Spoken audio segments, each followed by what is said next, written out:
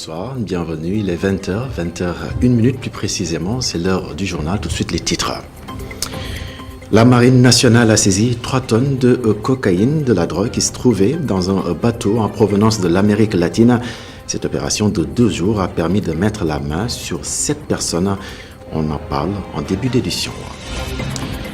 Barthélémy Diaz ne compte pas payer les 20 millions de dommages et intérêts à la famille de Ndiaga Diouf, quel que soit le verdict de la Cour suprême. Le maire de Dakar l'a ainsi fait savoir hier lors d'une conférence de presse. Un juriste lui rappelle la procédure de l'exécution forcée.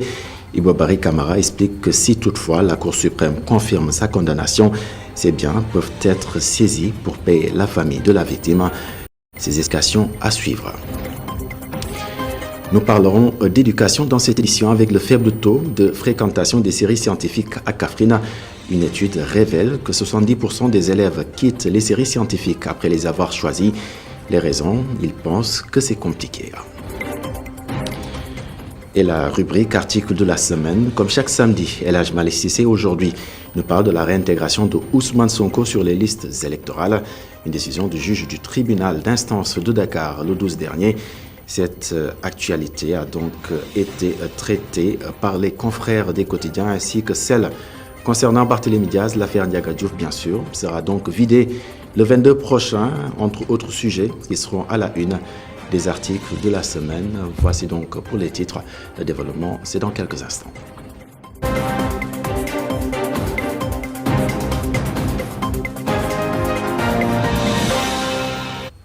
Bienvenue à toutes et à tous. 3 tonnes de cocaïne d'une valeur de 126 milliards de francs CFA ont ainsi été saisies par la Marine nationale qui a ainsi arraisonné un bateau en provenance d'Amérique latine. L'opération a débuté ce vendredi et s'est achevée donc aujourd'hui. Elle a permis d'arrêter 7 membres de l'équipage de nationalité sénégalaise, bissau-guinéenne et vénézuélienne. Suivons les précisions du colonel Djibril Diawara. Nous sommes ici à la base navale Amiral Faye Gassama aujourd'hui, suite à l'interception par un patrouilleur de la Marine nationale dénommé le Walo, d'un navire qui transportait une cargaison de cocaïne en provenance d'Amérique latine et vers les côtes ouest africaines. Donc l'opération a été menée le 14 décembre 2023 dernier. Elle a permis d'appréhender ce navire avec ses 7 membres d'équipage qui sont de nationalité sénégalaise, vénézuélienne et bissau-guinéenne. Donc le navire a été dérouté vers le port de Dakar où, comme vous venez de le voir, l'ensemble des services compétents a procédé à l'arraisonnement, à l'accueil et à l'évaluation du produit. Cette évaluation a permis de déterminer qu'il y avait une quantité de 3 tonnes de cocaïne qui était transportée par le navire. L'ensemble de ce produit ainsi que les membres d'équipage, de même que le navire, ont été mis à la disposition des services compétents, c'est-à-dire les services de police et de douane, pour procéder à la suite des enquêtes. Donc je tiens à rappeler que nous menons ces opérations dans un contexte où il semble y avoir une certaine recrudescence du trafic international de drogue au large de l'Afrique de l'Ouest. Parce que rien que dans les 3 dernières semaines, près de 6 tonnes de cocaïne ont été saisies par la Marine nationale sénégalaise. Alors la quantité de drogue saisie a une valeur plancher de 126 milliards de francs CFA, sachant qu'elle peut également avoir une valeur plafond de 270 milliards. Donc la fourchette se situe entre 126 et 270 milliards de francs CFA. Barthélémy Diaz à la Cour suprême le 22 prochain. Le maire de Dakar anticipe déjà sur la décision du juge hier face à la presse. Il précisait ne pas avoir l'intention de payer les 20 millions de dommages et intérêts, quel que soit le verdict. Le professeur Ibobari Kamara réagit. Pour le juriste, s'il est condamné et qu'il reste droit dans ses bottes, il sera contraint par la procédure de l'exécution forcée. Selon lui, ces biens peuvent être saisis pour payer la famille de la victime, suivant les précisions de Ibobari Kamara, joint au téléphone par Alioune Sow. Effectivement, la décision est devenue définitive et irrévocable, eh bien, il doit effectivement payer ce montant-là aux ayants cause de la victime. Sinon, en fait, il y a ce qu'on appelle la procédure de l'exécution forcée. L'exécution forcée qui signifie qu'effectivement, il peut faire l'objet de saisie par rapport à ses biens pour permettre à ces créanciers de pouvoir recouvrer donc ce qu'ils leur doivent. Le code des collectivités locales est très précis sur la question. Pour que le maire puisse être révoqué, il faudrait que la personne ait été condamnée définitivement pour crime. Si ce n'est pas pour crime, eh bien, il faudrait dire que de ce que le code appelle des fautes généralement liées à la gestion de la mairie, si on applique strictement donc la loi, même si il est débouté au niveau, il ne peut donc pas perdre son mandat de maire au niveau donc de la ville de Dakar. Reparlons de la conférence de presse de Barthélémy Diaz. Le maire de Dakar accuse l'État du Sénégal de vouloir asphyxier la mairie de ville de Dakar. Selon lui, les autorités étatiques agissent en le privant de la taxe de contribution économique locale sur la valeur locative avec des subventions en nette régression. Barthélémy Diaz affirme que la ville de Dakar a reçu 3 milliards de francs CFA en 2022 et seulement 55 millions en 2023. Selon lui, il s'agit d'un sabotage qui risque de faire défaut à la ville de Dakar pour honorer ainsi ses engagements. Suivons les explications du maire de Dakar, Barthélémy Diaz, au micro de Alioune Sow. En 2019, la ville de Dakar avait reçu en 2019 4 milliards 328 millions. En 2020, la ville de Dakar a reçu 2 milliards 549 millions. Et en 2020, la ville de Dakar avait eu à tirer sur la sonnette d'alarme face à cette injustice. Ils ont cherché à se rectifier. En 2021, c'est remonté à 5 milliards 480 millions. Et comme vous le savez, c'est l'année à laquelle je suis arrivé à la tête de la municipalité. Mais comme c'est de bonne guerre, on a dégringolé cela de 5 milliards à 3 milliards 100. Et cette année, on décide de quitter de 3 milliards à 55 millions. Ce que je veux dire par là, si l'État du Sénégal ne se ressaisit pas, il faut que les gens comprennent que malheureusement la ville de Dakar, qui avait décidé de mettre l'humain au cœur de ses urgences, de ses politiques, de ses priorités, va trouver des difficultés pour pouvoir honorer ses engagements. Et parlons de cette révélation. Surcharge de véhicules, l'État du Sénégal perd 60 milliards de francs CFA par an. La révélation a ainsi été faite par Malang Fati, ingénieur en génie civil et consultant.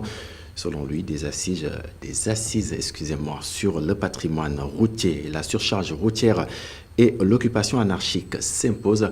Il intervenait ainsi lors d'un atelier de formation et de sensibilisation sur l'occupation anarchique des emprises de la route et la voirie. Malang Fati, ingénieur donc en génie civil et consultant, et au micro d'Elhaj Malick Cissé. Les impacts sur le plan économique, c'est qu'aujourd'hui, les États financent, les gens investissent au niveau pour construire les routes qui doivent durer 15 ans. On se rend compte qu'avec la surcharge routière, la durée de vie est divisée par 2 ou par 3. Pourquoi? Parce que les camions sont surchargés au-delà de ce qui est admis. Et cette lutte contre la surcharge routière se fait au niveau régional, avec la commission de l'UEMOA, qui a donc adopté un règlement 14, qu'on appelle le règlement 14, qui permet d'encadrer la lutte contre la surcharge. Et aujourd'hui, le Sénégal, faisant partie des 8 pays, est en train de faire des efforts, mais il faut dire qu'il y a encore beaucoup de choses à faire, étant donné qu'on est loin des résultats attendus. Et c'est pour cela qu'il est question donc d'attirer l'attention des acteurs sur la question pour que nous tous, nous allions faire vraiment cette lutte, que nous puissions nous accompagner dans cette lutte contre la surcharge routière. Et les principales recommandations, c'est surtout de mettre en place un cadre de concertation, n'est-ce pas, regroupant pratiquement tous les acteurs pour qu'ils puissent discuter de la question. L'autre recommandation, c'est de faire en sorte que la sensibilisation puisse se renforcer, parce que c'est une opération de tous les jours. Et la troisième chose, c'est qu'en fait, il faut bien qu'on trouve des cadres, n'est-ce pas, pour que chaque activité puisse se retrouver dans une zone bien déterminée de la ville, de sorte qu'on ne puisse pas encombrer les villes par le commerce. En tout cas, créer des espaces dédiés pour chaque activité, ce qui permettra de mettre de l'ordre dans cette occupation de l'ordre.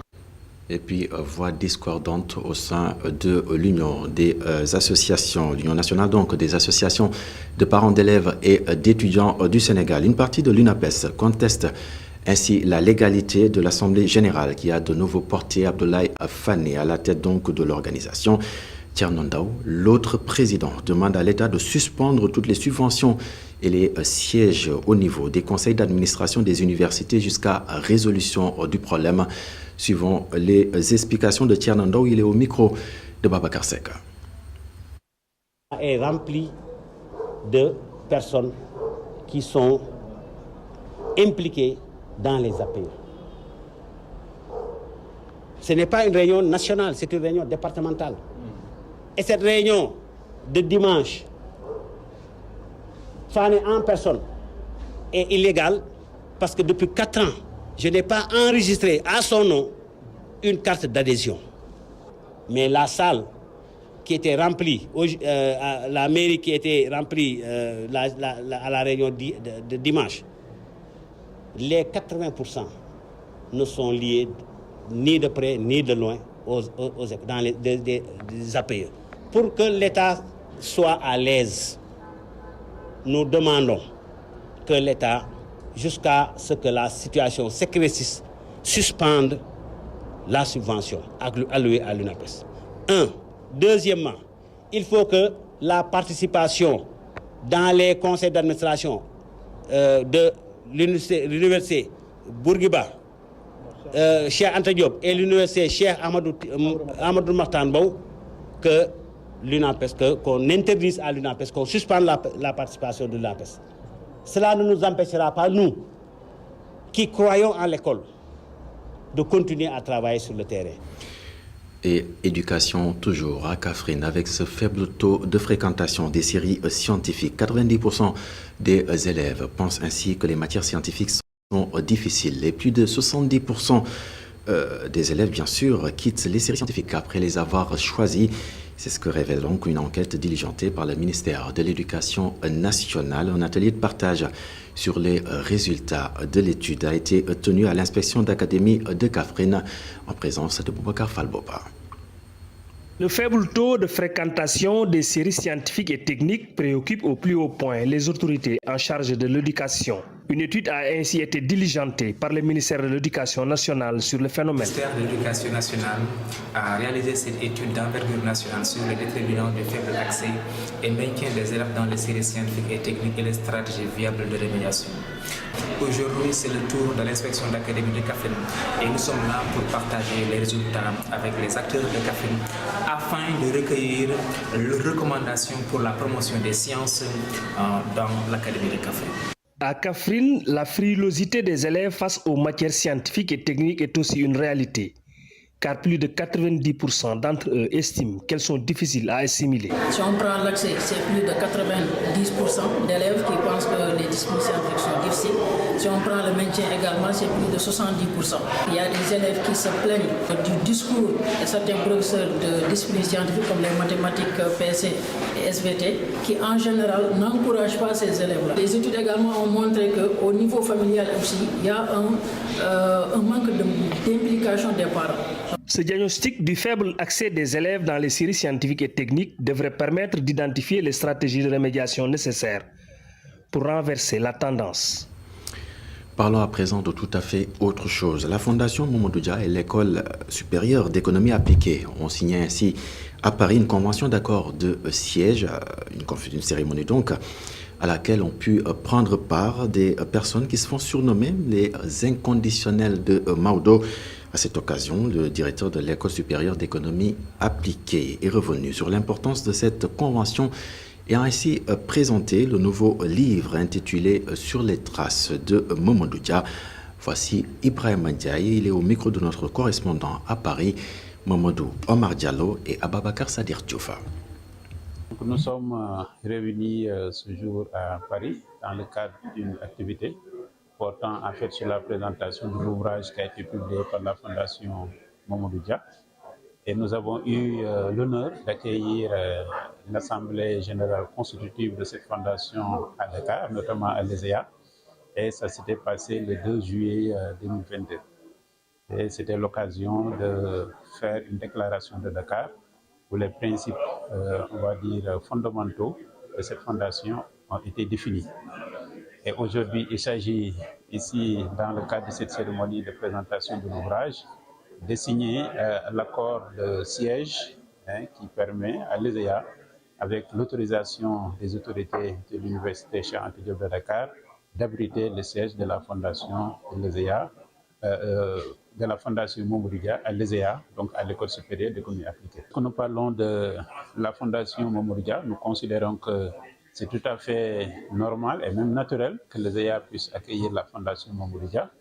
Parce que comme vous le savez, l'ESEA est une institution de formation professionnelle qui a été créée en 1963 sous la houlette du président du Conseil Mamadou Dia et dont la vocation première était vraiment de former des gens de développement qui puissent participer à l'animation du développement.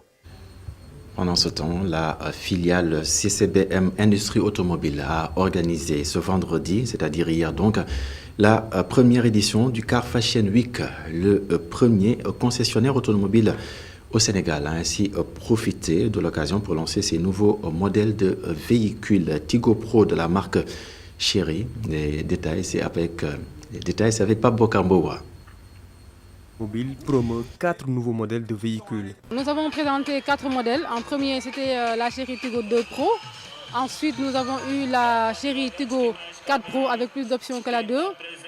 Après, c'est la 7 Pro qui a suivi et la 8 Pro a bouclé le défilé. La marque Tigo de Chery se distingue à travers ses qualités. Le nom original, c'est Tigo, donc, qui fait référence au Tiger Go. Ça veut dire que ce sont des tigres qui vont vers l'avant et qui n'ont pas peur en fait, d'aller vers l'avant et de bondir. CCBM fait confiance à une filiale asiatique pour la conception de ces nouveaux modèles de voitures. Le premier concessionnaire automobile au Sénégal prévoit d'en fabriquer à l'avenir. Les Asiatiques sont créés des voitures de qualité, mais dites-moi à l'avenir pourquoi pas des voitures sénégalaises. Et c'est ça que nous sommes en train de travailler. À partir de juin, nous allons monter les voitures ici, mais l'objectif dans les années à venir, c'est de le fabriquer. Parce qu'actuellement, nous montons des camions et des chargeurs. Et oui, pourquoi asiatique? J'ai dit pourquoi pas, oui, pourquoi pas asiatique, mais le mieux, c'est les Sénégalais. Les nouveaux modèles de véhicules font tourner la tête aux passionnés de l'automobile. Une course pour l'acquisition de ces merveilles est presque inévitable. Et en marge de cette première édition du Car Fashion Week, le président directeur général de CCBM annonce ainsi l'ouverture prochaine d'une usine de fabrication de tissus à Kaolack. Objectif booster l'entrepreneuriat local. Suivant les explications de Serigne Mboup au micro de Pape Bokambowa. L'objectif c'est de faire 2000 emplois et l'objectif encore c'est de pouvoir produire, fabriquer des tissus 100% sénégalais issus de coton cultivé au Sénégal oriental et que les produits seront 100% sénégalais. Actuellement, nous parlons que oui, je porte un boubou bazin qu'on nous dit que boubou wolof ou bien boubou sénégalais. Non, c'est pas sénégalais. Parce que il y a que la culture qui est sénégalaise. Il n'y a que le couture qui est sénégalais, mais tout le reste est importé. Mais nous souhaiterons aller au-delà de cela, de faire tout ce que nous, tout le textile que nous utilisons, qu'il soit 100% sénégalais. Place à présent à la rubrique article de la semaine. Ousmane Sonko réintégré sur les listes électorales. Ainsi en a décidé le juge du tribunal de grande instance de Dakar, mais les avocats de l'État du Sénégal, bien sûr, vont se pourvoir en cassation. Pendant ce temps, l'affaire Diaga Diouf-Barthélémy Diaz sera vidée le 22 décembre prochain. Concernant l'affaire des diamants, Maître Moussa Diop a été donc placé sous mandat de dépôt par le juge d'instruction du deuxième cabinet après ces révélations. Le point, c'est avec El Hadj Malick Cissé.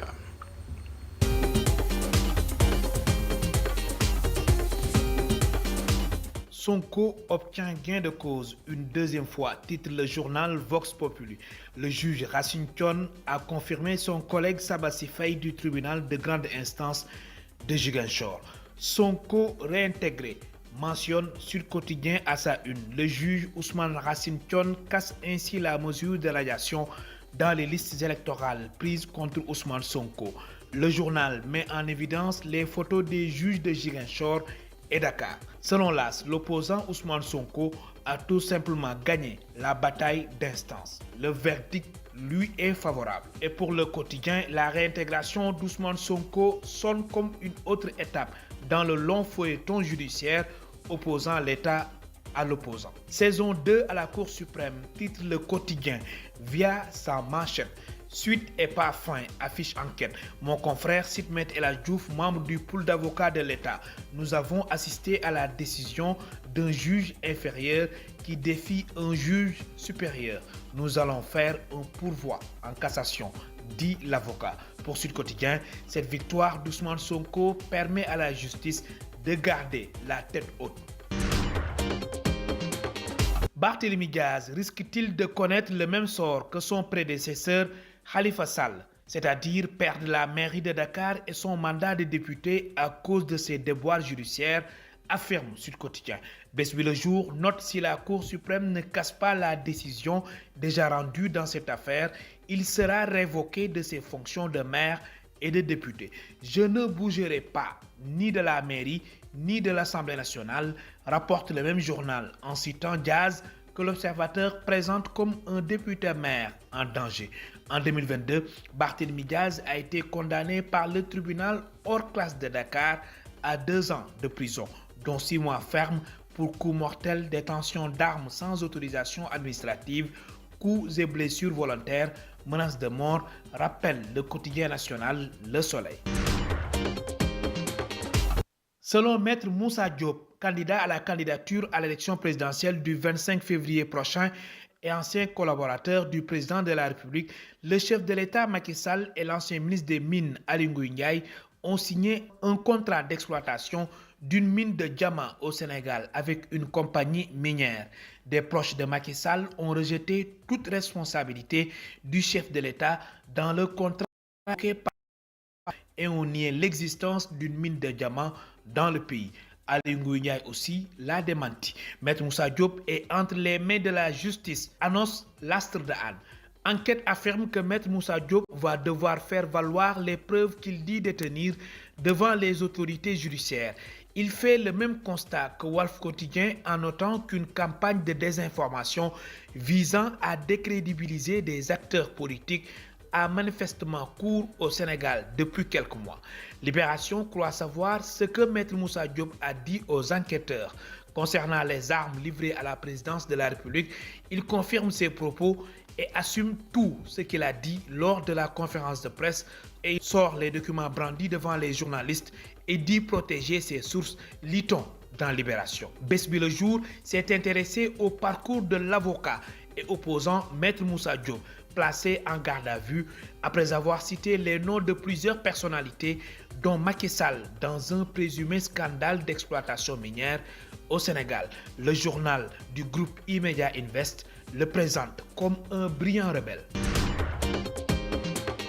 Vox Populi annonce la mesure sociale exceptionnelle prise par le chef de l'État d'octroyer 2 à 5 millions de francs CFA à 2238 militaires invalides à la retraite. Le paiement a débuté et se poursuit selon la DIRPA. Élection de représentativité syndicale, l'abstention, premier vainqueur, note Le Témoin. Sud Quotidien, pour sa part, affiche à sa une le faible taux de participation, dicte sa loi. Le Hajj 2024 préoccupe Les Échos. Le journal affiche à sa une le package fixé à 4 millions de francs CFA. Le Sénégal a un quota de 12 860 pèlerins. Début des inscriptions le 15 janvier 2024.